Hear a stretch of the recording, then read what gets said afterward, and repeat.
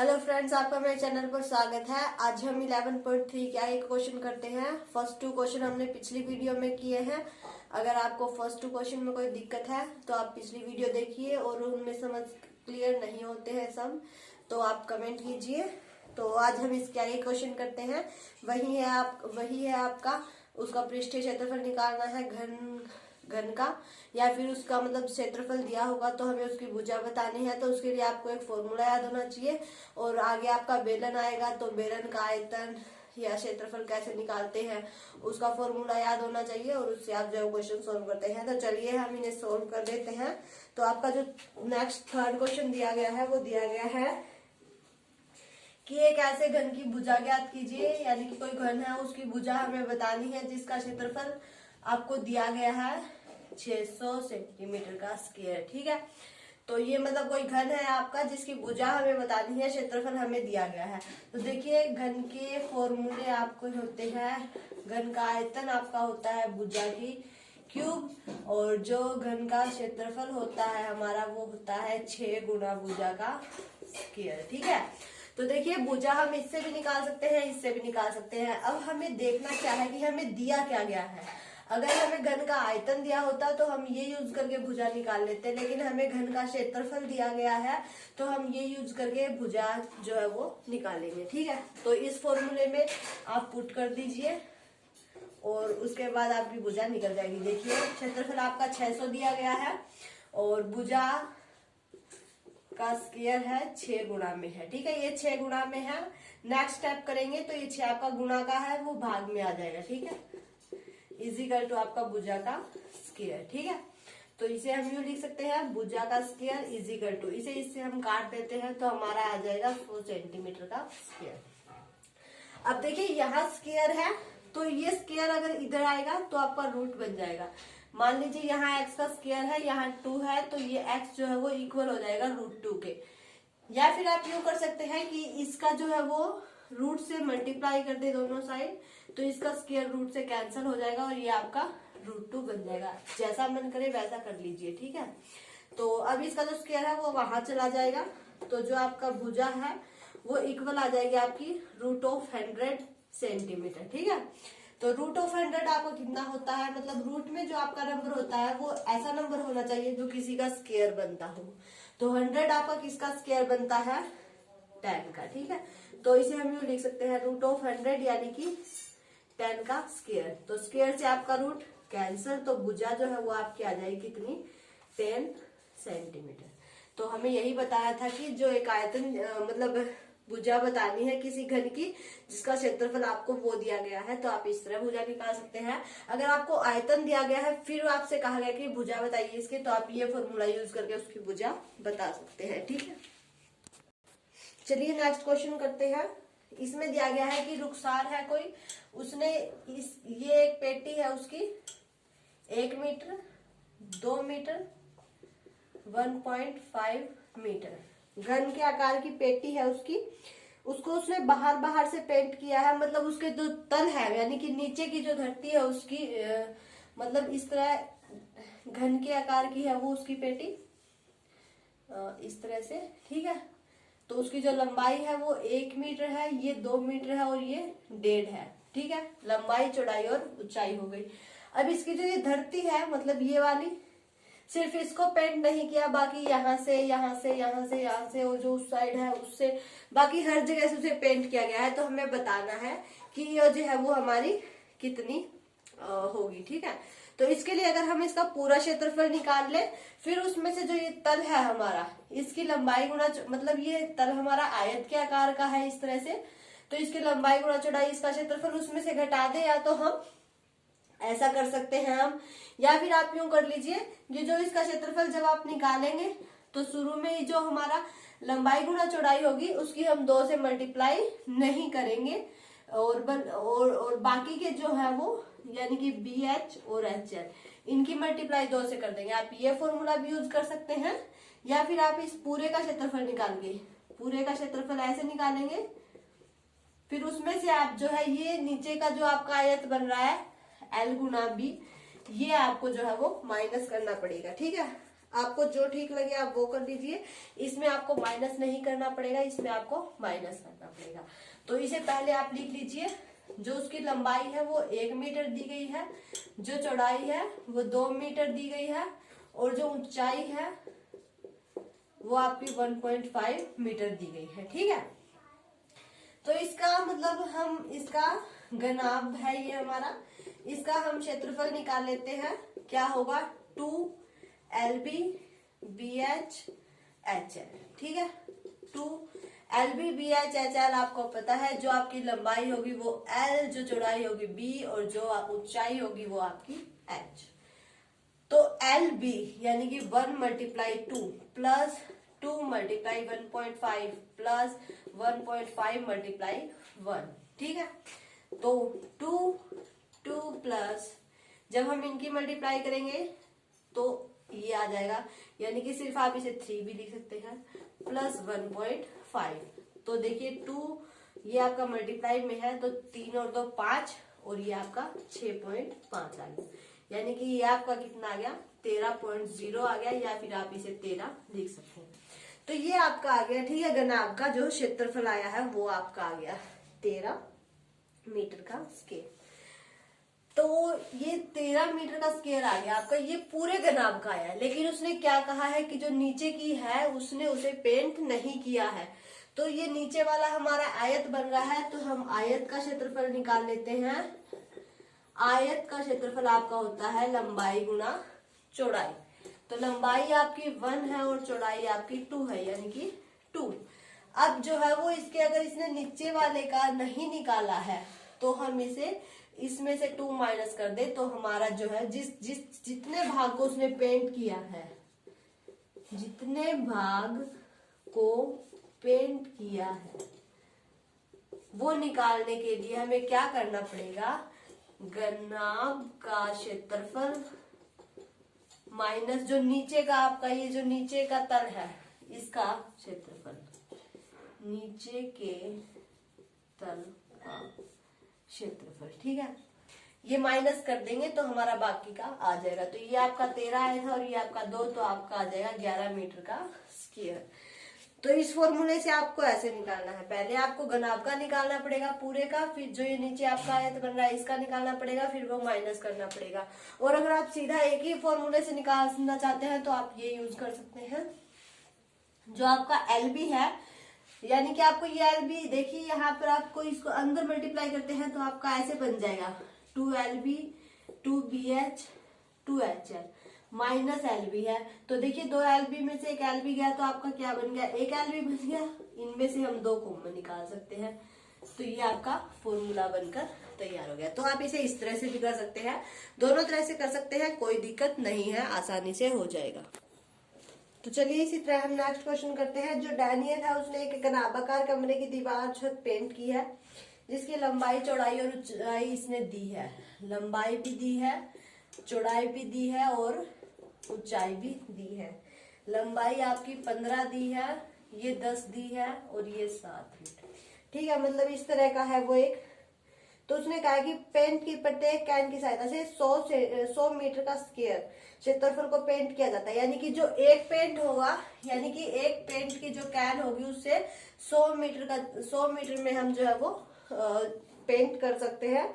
तो हमें बताना है कि इसका जो पूरा क्षेत्रफल निकालना पड़ेगा, फिर ये बताना है कि उसके लिए हमें कितने कैन की आवश्यकता है। तो पहले हम क्या करते हैं, इसका जो ये घनाभ के आकार का दिया गया है इसका क्षेत्रफल निकाल लेते हैं। ठीक है, कमरा है एक, तो पहले हम कमरे का क्षेत्रफल निकाल लेते हैं। कमरे का क्षेत्रफल आपका वैसे ही निकालना है, 2 × LB BH और HL। सेम फॉर्मूला यूज करना है। तो 2 × LB यानी कि 15 × 10, 10 × 7 और 7 × 15। तो 2 15 लाइन 150 प्लस 17 और ये। ठीक है, तो ये 2, इन सबको जो है वो हमें जोड़ना है। जोड़िए, कितना हो गया। तो देखिए ये आपका आ गया 150 प्लस इन्हें जोड़ दीजिए आप 70 और 5 75, ये आ गया इतना, ठीक है। फिर 2 मल्टीप्लाई 5 7 3 10 to 12 और 325, 2 5 जा 10, 2 2 जा 4 और 2 3 जा 6, ठीक है, इतना आ गया। अब देखिए इस बात पर भी गौर कीजिए कि ये आपने पूरे कमरे का निकाल दिया। अब इसमें से जो है वो हमें नीचे जो फर्श है आपका, मतलब कमरे का फर्श होगा, उस पर तो पेंट नहीं करेंगे हम, तो वो तो हमें क्या करना पड़ेगा, माइनस करना पड़ेगा। तो माइनस LB कर दीजिए, माइनस यानी कि LB आपका 15 और 10, तो 650 में से आप जो है वो माइनस कर दीजिए 150, ठीक है। तो आपका देखिए कितना आ जाएगा 005, तो इतना आ गया आपका 500 मीटर का स्क्वायर। कमरे का हमने क्षेत्रफल निकाल दिया, क्योंकि चारों कोनों पर हम मतलब चारों दीवारों पर कर सकते हैं, छत पर कर सकते हैं, लेकिन फर्श पर तो हमें पेंट नहीं करना है, तो वो तो आपको माइनस करना ही पड़ेगा, ठीक है। तो वो 500 मीटर आपका टोटल आ गया कमरे का क्षेत्रफल। अब देखिए इसने कहा है कि जो एक पेंट की कैनी है वो कितने में करती है, वो आपका 100 मीटर में आपका पेंट कर देती है। तो कितनी कैनियों की, तो अब देखिए 100 मीटर के लिए एक कैनी है, तो हमें बताना है कि 500 मीटर के लिए आपकी कितनी कैनियां मिलेंगी, ठीक है। तो देखिए आप यहाँ पर हम लिख सकते हैं 100 पेंट के लिए एक कैनी, तो 100 मीटर जगह में पेंट करने के लिए एक कैनी की जरूरत है। तो 500 मीटर में करने के लिए देखिए 100 मीटर में पेंट करने के लिए हमें एक कैनी की जरूरत पड़ती है। तो 500 मीटर में करने के लिए 500/100 यानी कि 5 कैनी। तो 5 कैनी की जो है वो आपको जरूरत पड़ेगी, जिससे आप पूरे जो है कमरे में पेंट कर सकते हैं। तो इस क्वेश्चन में आपको यही बताना था। तो आपको जो भी दिया जाए पहले आप उसका क्षेत्रफल निकाल लीजिए, लेकिन ध्यान रखिए इसमें कमरा था, तो कमरे के फर्श पे हमें पेंट नहीं करना है, बल्कि चारों दीवारों पर होगा और छत पर होगा। तो देखिए नेक्स्ट क्वेश्चन है, इसमें आपकी 2 आकृतियां दी गई है, मतलब एक तो आपकी जो है वो बेलन की दी गई है, ठीक है, और ये दिया गया है, ये आपका 7 मीटर दिया गया है, ये भी 7 है, और एक जो है वो आपकी वही घन ही दिया गया है आपका, ठीक है, इस तरह से। तो ये भी आपके 7 ही दिए गए हैं, ये भी 7 है, ये भी 7 है और ये भी 7 है। तो इसमें इसने पूछा है कि ये किस तरह एक दूसरे से भिन्न है और किस डिब्बे का जो पार्श्व और पृष्ठीय क्षेत्रफल है वो अधिक है। तो पहले हम बेलन का निकाल लेते हैं। बेलन का जो है वो हमें व्यास दिया गया है, ये हमारा बेलन के आकार का है, तो इसका जो व्यास हमें दिया गया है वो 7 सेंटीमीटर दिया गया है। तो व्यास से हम त्रिज्या निकाल सकते हैं। त्रिज्या हमारी क्या होती है, व्यास को अगर हम 2 से डिवाइड कर दे तो वो हमारी त्रिज्या आ जाती है, ठीक है। तो त्रिज्या निकाल दी हमने, व्यास इसने दे रखा था, ठीक है, और हाइट भी इसने दे रखी है 7 सेंटीमीटर। तो सारी चीजें हमारी निकल गई, ठीक है। ठीक है, फिर जो आपका बेलन होता है, बेलन का पृष्ठीय क्षेत्रफल क्या होता है आपका 2πr/h होता है। r आपकी क्या होती है, त्रिज्या होती है, जो पाई होती है उसकी वैल्यू आपकी 22/7 होती है, और h आपकी हाइट होती है, ठीक है। तो इसका जो पृष्ठीय क्षेत्रफल है वो अब हम निकाल सकते हैं। तो निकाल लीजिए 2 × 22 × 7, त्रिज्या आपकी कितनी है 7 2, और h हाइट आपकी कितनी है 7 है। तो 2 से ये कट गया और 7 से 7 कट गया, तो 11 और 11 7 77, और 2 से हम मल्टीप्लाई करते हैं तो 154 सेंटीमीटर का स्क्वायर, यानी कि जो आपका बेलन है उसका आपका पृष्ठीय क्षेत्रफल कितना आ गया 154 सेंटीमीटर का स्क्वायर, ठीक है।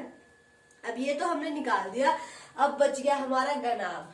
तो घनाभ का पृष्ठीय क्षेत्रफल। पार्श्व पृष्ठीय क्षेत्रफल है, इस बात का भी ध्यान रखना है। पार्श्व पृष्ठीय क्षेत्रफल का क्या मतलब है?